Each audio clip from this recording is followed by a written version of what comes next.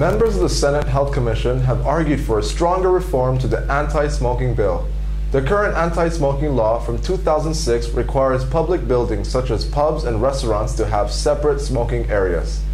The reform wants to prevent people from smoking in all closed public spaces, as well as in open public spaces such as parks and squares. It also aims to increase fines and to restrict every kind of tobacco publicity. In Chile, tobacco is one of the highest causes of death, with 20,000 victims per year.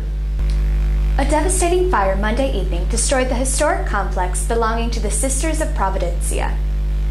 The church, retreat, and nursing home belonging to the religious order were all razed to the ground in the blaze, which thankfully claimed no casualties. Over 250 firefighters were needed to bring the fire under control and to evacuate the sisters and elderly residents, the oldest of whom is 93. They will now be rehoused in locations around Santiago. The cause of the fire is thought to be a faulty electrical stove. Nominations have opened for the President of the Republic scholarships for students in secondary and higher education. The scholarships are aimed primarily at those from poor backgrounds with an outstanding academic performance to help them pursue their studies. The benefits consist of 0.62 unidad tributaria mensual for secondary school students, around 23,000 pesos per month, and 1.24 UTM, around 45,000 pesos per month for those at a university level. Applications are open until March 25th. Discontent is growing among public sector workers after the announcement from the government that they will receive pay cuts in their salary this month if they participated in the widespread public sector strikes last December. President of the ANF, the National Association of Public Employees, Raul de la Puente, said that its public sector staff would once again be mobilized to fight the government if it does not recognize their workers or enter into dialogue by imposing anti-democratic measures by force. And in culture, Valparaiso is hosting the annual Festival of Arts this weekend with international spectacles, dance, music, literature, audiovisual events, and a variety of workshops. Formerly the Cultural Carnival of Valparaiso, this traditional event has been reinvented this year.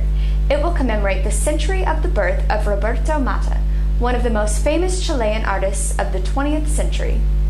More than 80 events are planned, with around 450 artists taking part in the festival, which will run until Saturday at locations across Valparaiso. See ilovechile.cl for more details.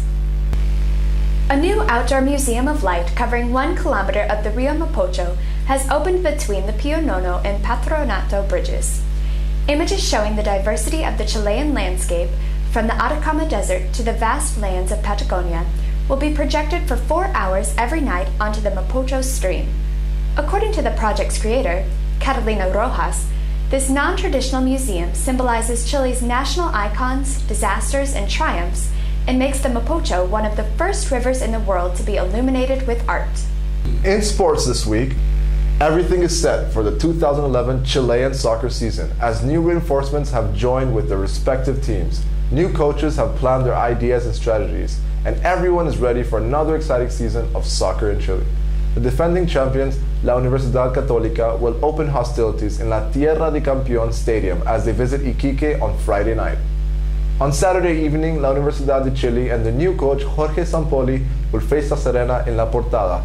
Colo-Colo will be in action on Sunday in El Monumental, where they will receive Cobresal. All matches will be aired on the Canal de Fútbol. The 16th edition of the Movistar Open Tennis Tournament will take place in Santiago from January 30th to February 6th. As part of the ATP World Tour, players have the opportunity to boost their world rankings. Alvaro Fiol, the director of the championship, announced that this year's Movistar Open will include some of the most famous tennis players in its history.